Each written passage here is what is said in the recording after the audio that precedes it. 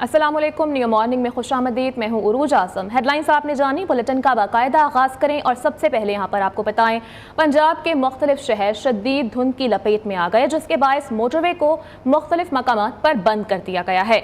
मुतादिद शहरों में हद निगाह भी सिफर हो गई है। मोटरवे M5 शेरशाह से रोहड़ी तक, M1 पेशावर से बुरहान तक, सवात एक्सप्रेस वे कर्नल शेर खान से इस्माइलिया तक बंद कर दी गई है। तर्जुमान मोटरवे के मुताबिक मोटरवेज को आवाम की हिफाजत और महफूज सफ़र को यकीनी बनाने के लिए बंद किया जाता है।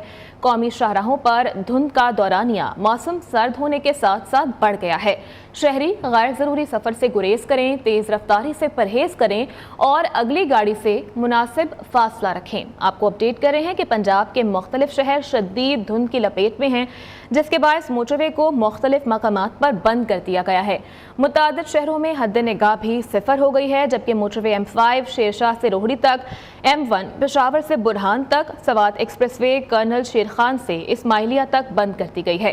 तर्जुमान मोटरवे के मुताबिक मोटरवेज को आवाम की हिफाजत और महफूज सफ़र को यकीनी बनाने के लिए बंद किया जाता है, जबकि कौमी शाहराहों पर धुंध का दौरानिया मौसम सर्द होने के बायस बढ़ गया है। शहरी गैर ज़रूरी सफ़र से गुरेज करें, तेज़ रफ्तारी से परहेज़ करें और अगली गाड़ी से मुनासिब फासला रखें।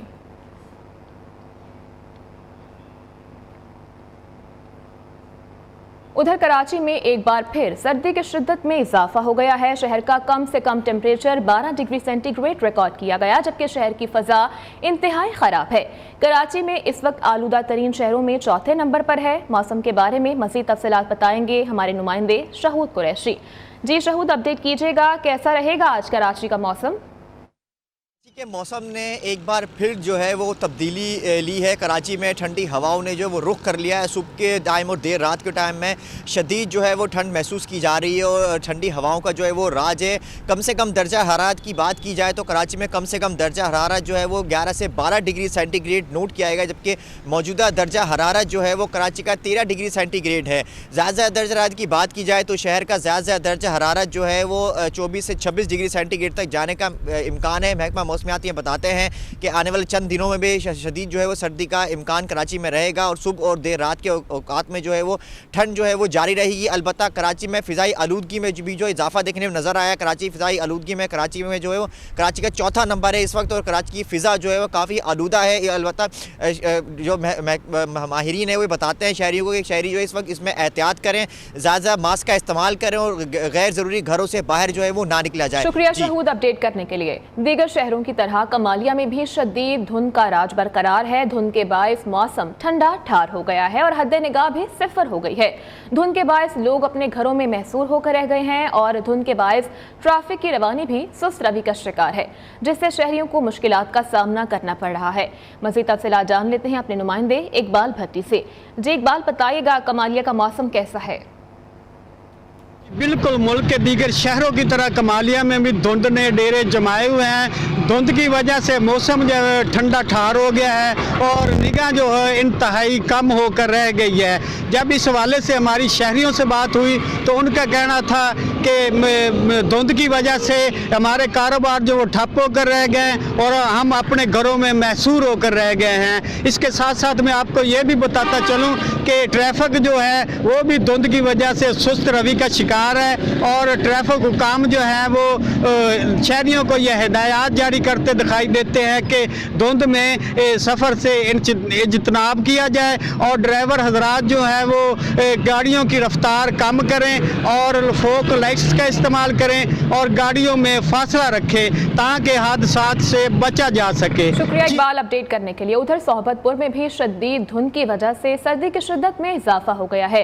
तमाम कारोबारी जिंदगी मफलूज बनकर रह गई है। सड़कों पर ट्रैफिक मामूल से बहुत कम नजर आने लगी है।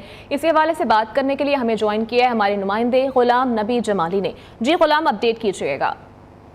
गुज़िश्ता 3 रोज़ से जारी शदीद धुंध की वजह से जहां सर्दी की शिद्दत में काफ़ी इजाफा हो गया है तो वहीं लोगों का तमाम कारोबार ज़िंदगी मफलूज बनकर रह गया है। साथ ही बिजली की तवील लोड शेडिंग ने कारोबारी हजरात के साथ साथ घरेलू ख़वातीन की मुश्किलात में भी मज़ीद इजाफा कर दिया है। ट्रैफिक की बात करें तो सड़कों पर मामूल से भी बहुत कम ट्रैफिक नज़र आ रही है।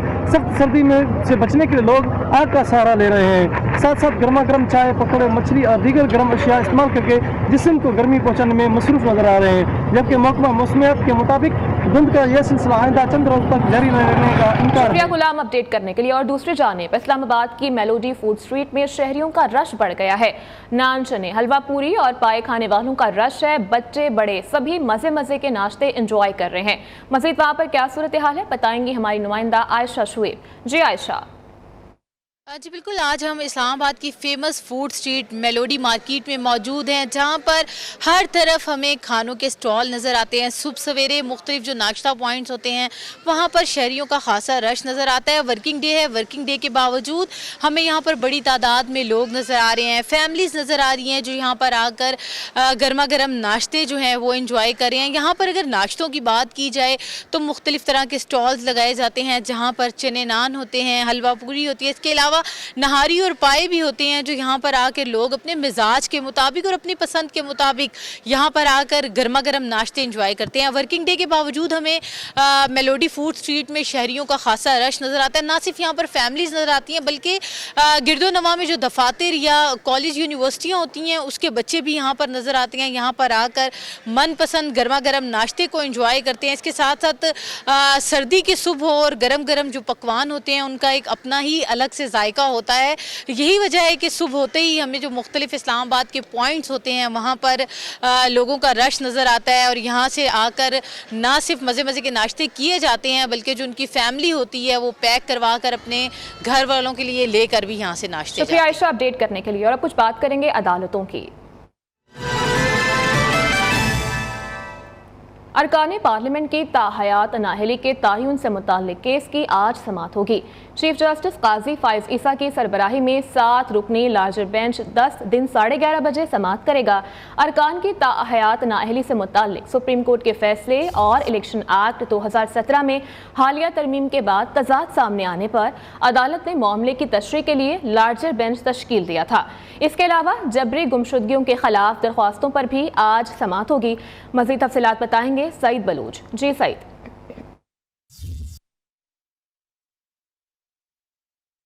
सुप्रीम कोर्ट ऑफ पाकिस्तान में आज बड़े अहम मुकदमात की समाअत होगी। सबसे अहम मुकदमा तो अरकान पार्लियामेंट की ताहयात नाअहली के तयन से मुतल्लिक है। चीफ जस्टिस काजी फाइज ईसा की सरबराही में 7 रुकनी लार्जर बेंच आज दिन 11:30 बजे इस केस पर समाअत करेगा। गुज़श्ता माह एक इंतखाबी उज़रदारी से मुतल्लिक एक केस की समाअत के दौरान दरख्वास्त गुजार के वकील की जानिब से एक नुक्ता अदालत उज़्मा के सामने उठाया गया था और उनकी जानिब से ये कहा गया था कि सुप्रीम कोर्ट ने जो अरकान पार्लियामेंट की ताहयात नाअहली से मुतल्लिक आर्टिकल 62(1)(f) की तशरीह की थी और जिसके तहत अगर आइन में जो नाअहली की मुद्दत है उसका तयन नहीं है तो फिर जो नाअहली होगी किसी भी रुकन पार्लियामेंट की वो ताहयात होगी। चीफ जस्टिस काजी फाइज ईसा की जानिब से एक 7 रुकनी लार्जर बेंच तश्कील दिया गया है जो अब इस मामले की तशरीह करेगा कि क्या ऐसी सूरत में आइन पाकिस्तान का जो आर्टिकल 62(1)(f) है वो उस पर अमल दरामद किया जाएगा या इलेक्शन एक्ट 2017 में जो तरमीम की गई है उस पर उसके तहत जो रिटर्निंग अफसरान है वो कागजात नामजदगी के हवाले से फैसले करेंगे। इसके अलावा सुप्रीम कोर्ट ऑफ पाकिस्तान में आज लापता अफराद और जबरी गुमशुदगियों से मुतल्लिक एतजाज एहसन और दीगर दरख्वास्त गुजारों की दरख्वास्त पर भी समाअत होगी। चीफ जस्टिस काजी फाइज ईसा की सरबराही में 3 रुकनी बेंच इस केस की समाअत करेगा।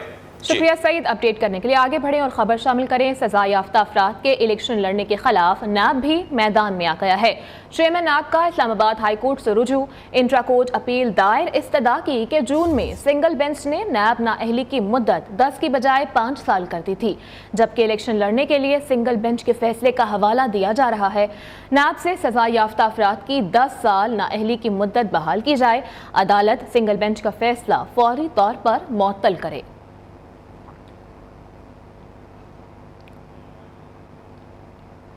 और पीटीआई के पास इंतखाबी निशान बल्ला रहेगा या फिर नहीं। पेशावर हाई कोर्ट में इलेक्शन कमीशन की नजरसानी अपील पर डिवीजन बेंच आज समाअत करेगा।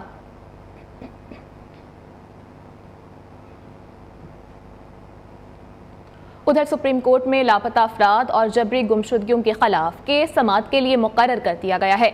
चीफ जस्टिस की सरबराही में 3 रुकनी बेंच आज समाअत करेगा।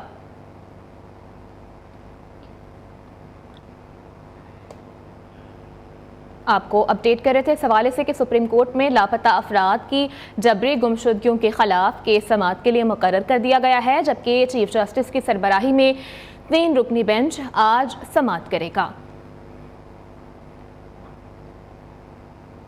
उधर फैजाबाद धरना कमीशन ने शहबाज शरीफ को तलब कर लिया है। शहबाज शरीफ को 3 जनवरी को बयान कलमबंद करवाने के लिए तलब किया गया है। शहबाज शरीफ को साबिक वज़ीर आला पंजाब की हैसियत से कमीशन में तलब किया गया है। ज़राए के मुताबिक कमीशन ने फैजाबाद धरने से मुताल्लिक शहबाज शरीफ के लिए सवालनामा भी तैयार कर लिया है।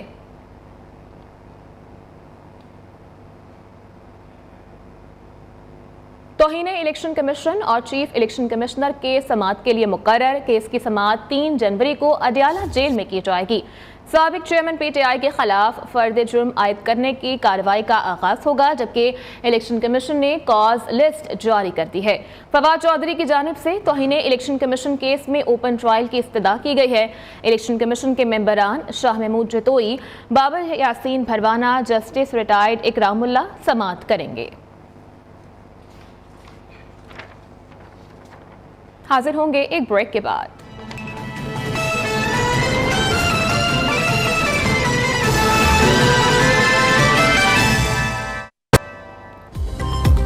बल्ले का निशान पीटीआई के पास रहेगा या नहीं, इलेक्शन कमीशन की नजरसानी पर समाअत आज होगी। नवाज शरीफ समेत दीगर सियासतदानों की ताहयात नाअहली बरकरार रहेगी या खत्म होगी, सुप्रीम कोर्ट में अहम केस की समाअत आज होगी।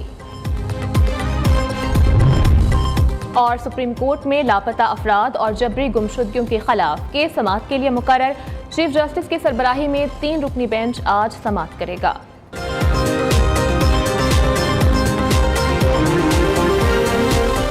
यहाँ पर आपको अपडेट करें, कागजात नामजद की फैसलों के खिलाफ अपीलें दायर करने का सिलसिला जारी है।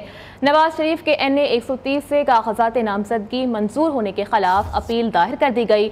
रजिस्ट्रार इलेक्शन अपीलेट ट्रिब्यूनल ने अपील पर एतराज़ आयद करके वापस कर दी है। NA 15 मानसहरा से भी नवाज शरीफ के कागजात की मंजूरी इलेक्शन ट्रिब्यूनल में चैलेंज कर दी गई है। NA 214 थरपारकर से शाह महमूद कुरैशी और जैन कुरैशी की अपील दायर, कागजात नामजदगी मुस्तरद होने पर सुप्रीम कोर्ट जाने का ऐलान किया गया है। पीटीआई वकील बाबर अवान कहते हैं कि उम्मीद है सुप्रीम कोर्ट ऑफ पाकिस्तान से हमें इंसाफ मिलेगा। उधर नून लीग की मंशूर कमेटी के सरबराह सेनेटर इरफान सिद्दीकी ने कहा कि आदाद-ओ-शुमार ने पीटीआई के कागजात नामजदगी छीने जाने का प्रोपेगेंडा गलत साबित कर दिया है।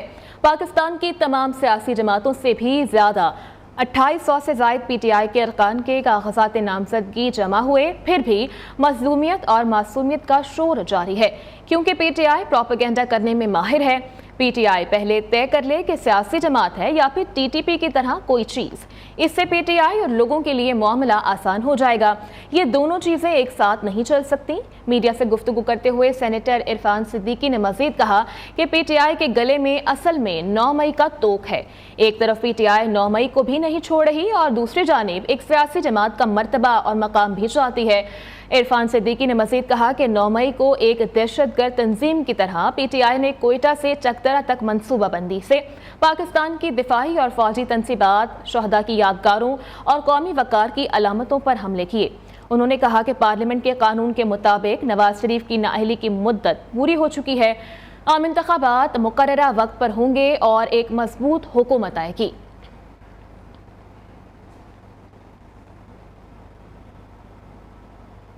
हम नहीं समझते कि इलेक्शन हो सकेंगे। डीआई खान में मौलाना फजलुर रहमान का प्रेस कॉन्फ्रेंस से खिताब, कहते हैं कि हमारे लोगों पर हमले किए जा रहे हैं। जमीयत उलमा इस्लाम इस वक्त दहशतगर्दों के निशाने पर है। इन हालात में इंतखाबी मुहिम हम कैसे चलाएं? मुल्क की बिगड़ती सूरत हाल अफसोसनाक है। क्या लेवल प्लेइंग फील्ड सिर्फ एक ही पार्टी के हवाले है? बानी पीटीआई ने कौम के जवानों को गुमराह किया है। नहीं समझते कि इलेक्शन हो सकेंगे।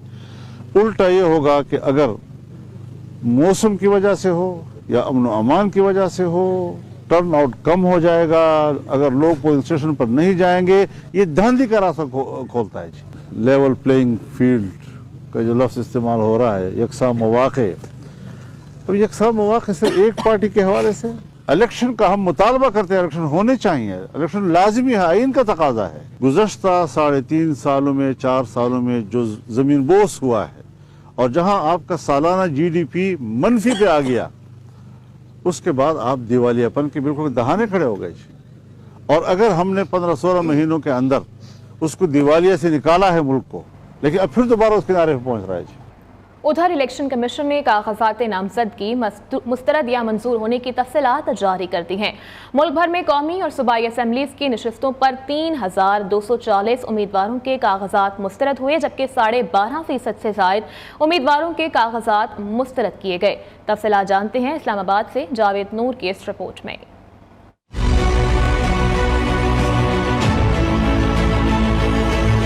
कौमी असम्बली के 1024 और सूबाई असम्बलियों के 2216 उम्मीदवारों के कागजात मुस्तरद हो गए। कागजात मुस्तरद होने के बाद 22,711 उम्मीदवार मैदान में रह गए। मुल्क भर में 25,951 उम्मीदवारों ने कागजात नामजदगी जमा कराए थे। पंजाब से कौमी असम्बली के 521, इस्लामाबाद से 93, सिंध से 166 उम्मीदवारों के कागजात मुस्तरद हुए। खैबर पख्तूनख्वा से कौमी असम्बली के 152, बलोचिस्तान से 92 सीटों पर उम्मीदवारों के कागजात मुस्तरद हुए।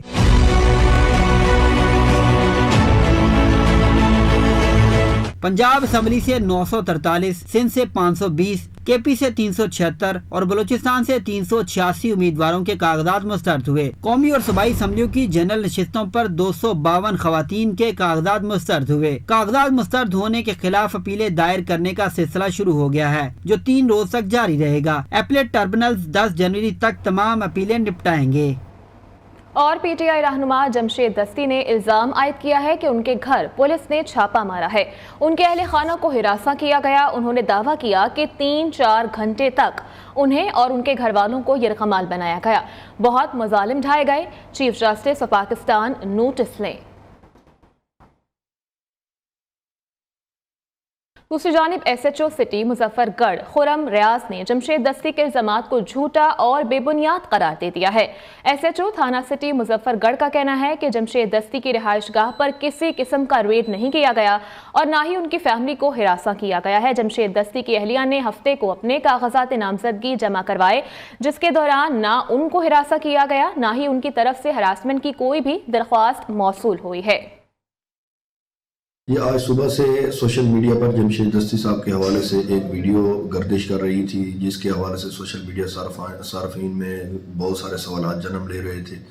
इस वीडियो से मुताल्लिक इलाका थाना सिटी में जमशेद दस्ती साहब की जो रिहाइशगाह है, वहाँ पर जाकर दरियाफ्त अमल में लाने पर यह बात सामने आई है कि किसी किस्म का कोई भी रेड जमशेद दस्ती साहब की रिहाइशगाह पर कंडक्ट ना हुआ है और ना ही किसी किस्म की इनकी फैमिली को हरासा किया गया है।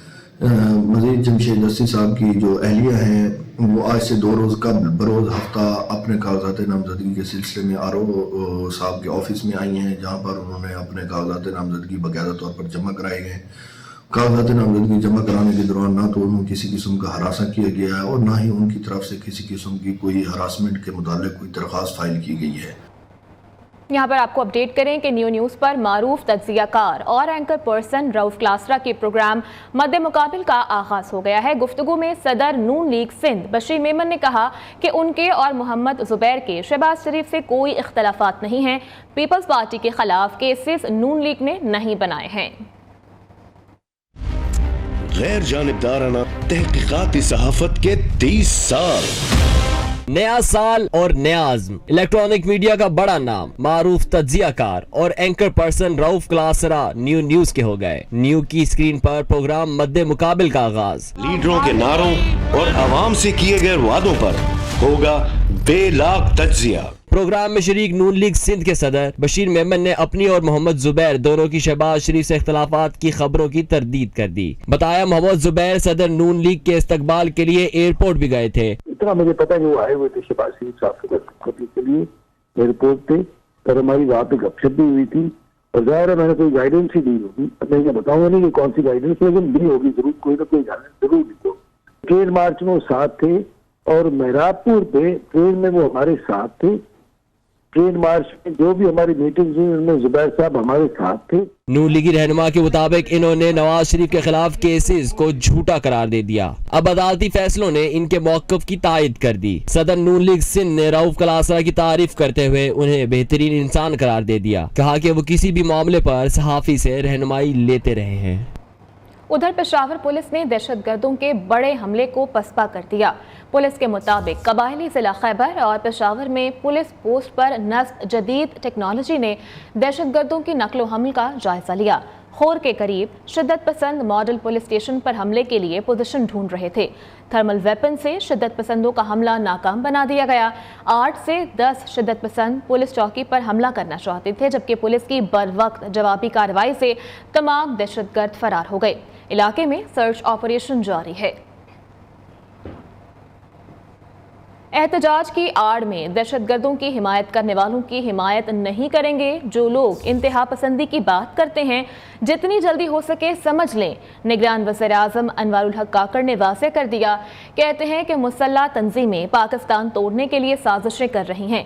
लवाहिकीन के दहशतगर्दी करने के हक को तस्लीम नहीं करते। जो मुतालबात पेश किए गए उसे दोहराया भी नहीं जा सकता। एहतजाज का हक सबको है, लेकिन एहतजाज कानून के दायरे में होना चाहिए।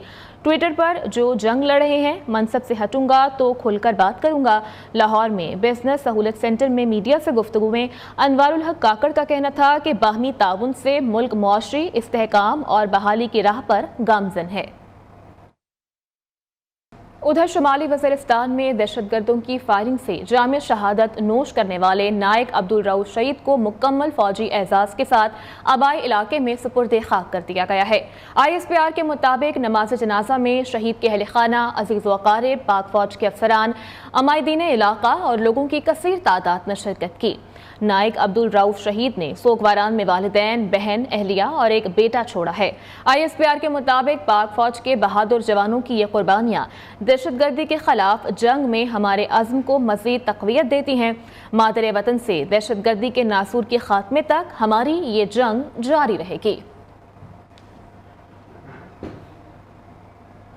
दूसरी जानिब आम इंतखाबात 2024 में हिस्सा लेने वाले उम्मीदवारों की जानिब से कागजात नामजदगी मुस्तरद होने के खिलाफ इलेक्शन ट्रिब्यूनल में अपील दायर करने का सिलसिला जारी है। ट्रिब्यूनल में पहले रोज 15 से ज़ायद अपीलें दायर की गईं। अपीलें दायर करने वालों में पीपल्स पार्टी, ANP, PTI के रहनुमाओं समेत आज़ाद उम्मीदवार भी शामिल हैं। मज़ीद तफसीलात इस रिपोर्ट में। आम इंतखाबात 2024 उम्मीदवारों की जानिब से कागजात नामजदगी मुस्तरद होने के खिलाफ अपीलें दायर होने का सिलसिला शुरू। सिंध हाई कोर्ट में कायम इलेक्शन ट्रिब्यूनल्स में अपीलें दायर की जा रही हैं। पाकिस्तान पीपल्स पार्टी के मिर्जा इख्तियार बेग, सरदार रफीक अब्बासी, जबकि तहरीक इंसाफ के रहनुमा शाह महमूद कुरैशी, हलीम आदिल शेख, फिरदौस शमीम नकवी, खुर्रम शेर जमान, आफ्ताब जहांगीर, डॉक्टर मसरूर सियाल और आजाद उम्मीदवार मजहर अली जुनेजो समेत दीगर उम्मीदवारों ने रिटर्निंग अफसरान के फैसलों के खिलाफ अपीलें दायर कर दी। मैं अभी जो है फार्म मैंने NA 234 पर भरवाया है और देखेंगे पार्टी क्या फैसला करती है। बाकी जो है वो इंशाल्लाह ताला यहाँ से जो हमारी थोड़ी सी माइनर जो CO कोरंगी ने वो लगाई है, RO ने, वो इंशाल्लाह ताला जो है वो ख़त्म हो जाएगी। कल जो लिस्ट फाइनल आई है उसमें नाम जो है मेरा नहीं और लोगों की तरह मिस है उसमें। अपीलों की समाअत के पहले रोज ट्रिब्यूनल ने फिरदौस शमीम नकवी और आजाद उम्मीदवार मजहर जुनेजो की अपील पर इलेक्शन कमीशन व दीगर को नोटिस जारी कर दिए। इलेक्शन ट्रिब्यूनल में 3 जनवरी तक अपीलें दायर की जा सकती हैं। कैमरामैन जुल्फिकार अली और नुमान खान के साथ जुनेद शाह, न्यू न्यूज़, कराची। 2018 में एक अनाड़ी को मुल्क पर मुसल्लत किया गया। 50 लाख घरों का वादा करने वाले ने गरीबों के घर गिरा दिए। इंतकाम लेने के लिए हमारी हुकूमत को गिराया गया। आज महंगाई से आम आदमी की नींद हराम है। साबिक वज़ीर आला पंजाब हमजा शहबाज शरीफ की PTI हुकूमत पर कड़ी तनकीद।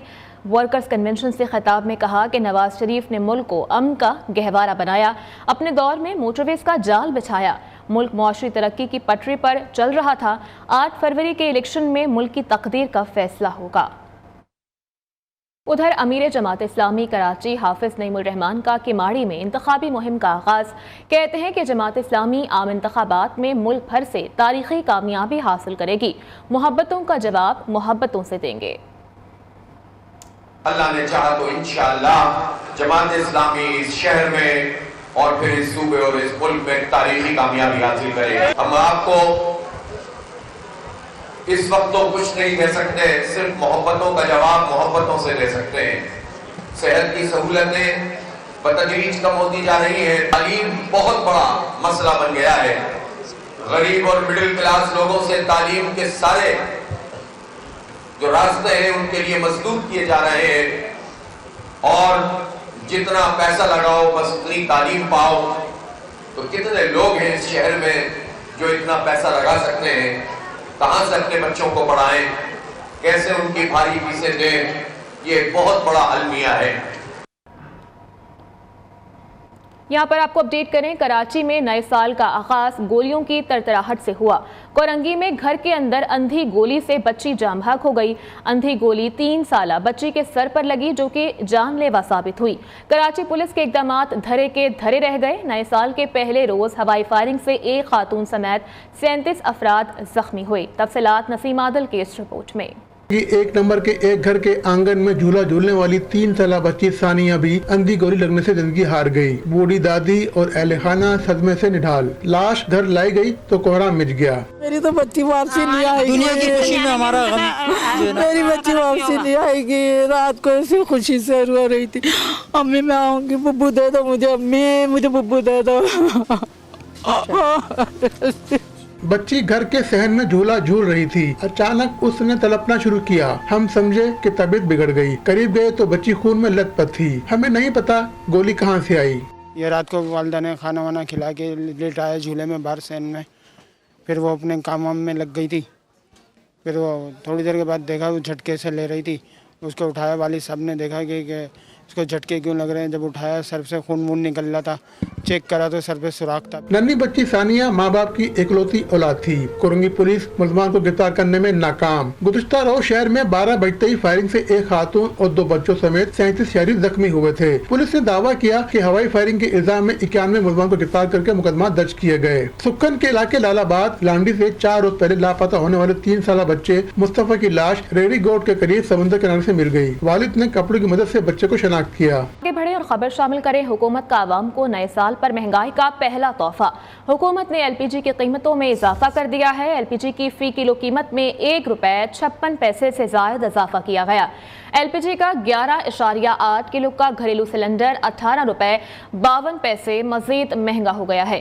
ओगरा ने एलपीजी की नई कीमतों का नोटिफिकेशन जारी कर दिया है, जबकि नोटिफिकेशन के मुताबिक एलपीजी की कीमत 256 रुपए 42 पैसे फी किलो मुकर्रर की गई है।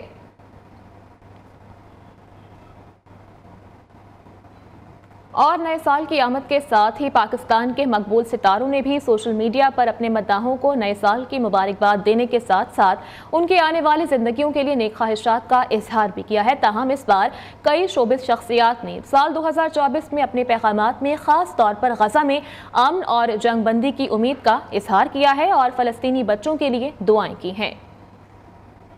न्यू मॉर्निंग से फल वक्त इतना ही।